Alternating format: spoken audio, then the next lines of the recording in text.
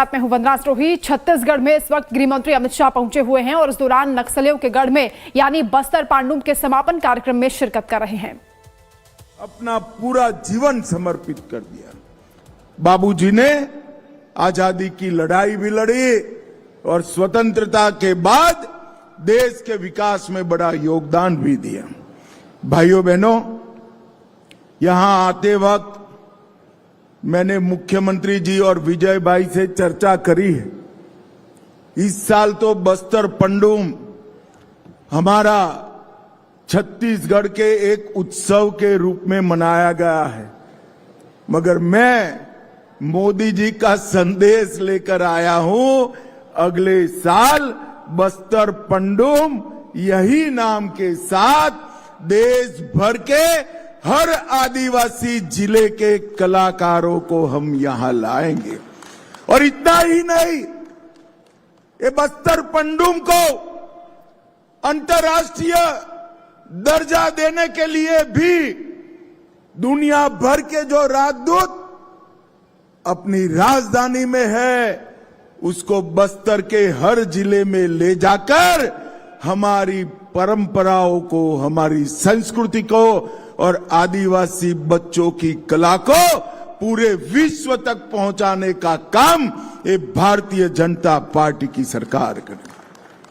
1885 ग्राम पंचायत, 12 नगर पंचायत, 8 नगर परिषद, 1 नगर पालिका और 32 जनपद, उसके 47,000 कलाकारों ने यहां भाग लिया है, हिस्सा लिया है। और लगभग 12 मार्च से लेकर आज तक 5 अप्रैल तक जिला प्रशासन ने, संस्कृति विभाग ने लगभग 5 करोड़ का आवंटन किया है।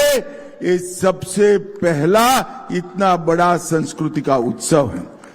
स्थानीय कला और संस्कृति, पारंपरिक लोक कलाएं, शिल्प, तीज त्योहार, खान पान, बोली, भाषा, रीति रिवाज, वेशभूषा, आभूषण, वाद्य यंत्र, पारंपरिक गीत, संगीत, व्यंजन, पेय पदार्थ, ये सभी को मूल रूप में संवर्धित और संरक्षित करने का काम ये पंडुम करेगा।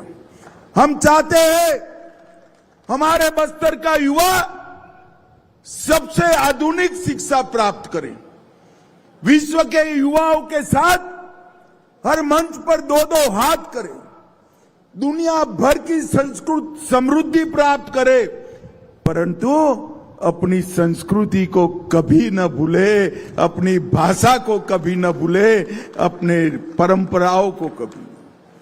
ये बस्तर की संस्कृति, बस्तर की बोलियां, यहां के गान, यहां के वाद्य, पेय पदार्थ, भोजन, ये केवल छत्तीसगढ़ के लिए महत्वपूर्ण नहीं है, ये भारत की संस्कृति का गहना है, कहना है। इसको हमें संजो कर रखना है।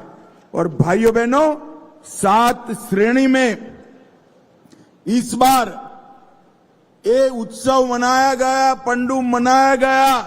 अगली बार 12 श्रेणियों में मनाएंगे और देश भर के आदिवासी यहां पर आएंगे। भाइयों बहनों, यहां जिन जिन लोगों ने पुरस्कार मिला या न मिला, इसमें हिस्सा लिया है, वो सभी को मैं बहुत बहुत बधाई और साधुवाद देना चाहता हूं। मैं हमारे छत्तीसगढ़ के पहले मुख्यमंत्री, आदिवासी मुख्यमंत्री पहले बने हैं। विष्णुदेव जी आगे आइए भाई, जरा जोर से आदिवासी भाइयों बहनों ताली बजाइए। इनका एक और बात के लिए भी धन्यवाद करिए। तेंदुपत्ता 5500 रुपये से अब सीधा सरकार खरीदेगी, कोई दलाल के पास आपको नहीं जाना पड़ेगा। भाइयों बहनों, ये बहुत बड़ा फैसला है जो लाल आतंक फैलाने वालों के डर से आपका पैसा जो वो ले जाते थे, विष्णुदेव जी आपके बैंक अकाउंट में 5500 रुपया सीधा डालने का काम करेंगे, सीधा डालने का। बैठे विष्णुदेव जी। भाइयों बहनों, ये बहुत बड़ा निर्णय विष्णुदेव जी ने किया है।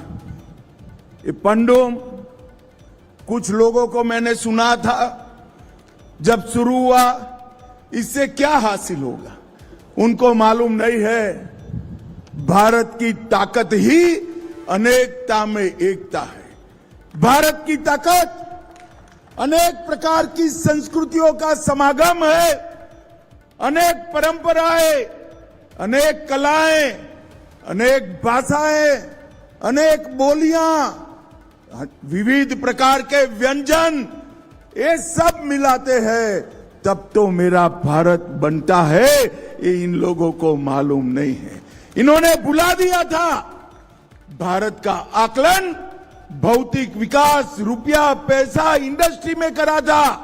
वो तो हम करेंगे ही, दुनिया के साथ हर स्पर्धा में खड़े रहेंगे, परंतु हमारी बोलियां, हमारे लोक नृत्य, लोकगीत, भाषाएं, परंपरा, व्यंजन, पेय पदार्थ, खाना और हमारे वेशभूषा को भी संरक्षित करेंगे। और ये बस्तर पंडुम इसकी शुरुआत है। हमने बस्तर ओलंपिक करा, हर साल करने वाले हैं, और ये बस्तर पंडुम का जो प्रयोग हुआ है वो अगले साल इससे कई गुना बढ़ा कर 12 श्रेणियां और सभी राज्यों का प्रतिनिधित्व कराएंगे। भाइयों बहनों, ये जमाना चला गया जब यहां पर गोलियां चलती थी, बम धमाके होते थे।